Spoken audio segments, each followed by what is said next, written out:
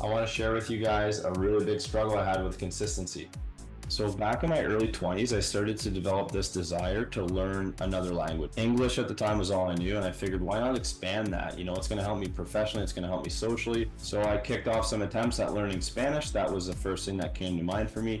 But then I also took a crack at Mandarin, German, Arabic, just to name a few. But eventually, what I noticed, every time I started, I eventually stopped. And that prompted me to really do some reflection on this, because it's been like 6 times of trying to learn language. And I was like, what is going on here? So there's 2 things that I really noticed from this. Number one, I wasn't in an environment where I really had to learn the language. There was no urgency. And number two, what I noticed is I also didn't create the environment where I had that urgency, where I had to learn that language. So for those of you who also struggle with consistency, I have one tip for you that really helped me, and it is create some urgency.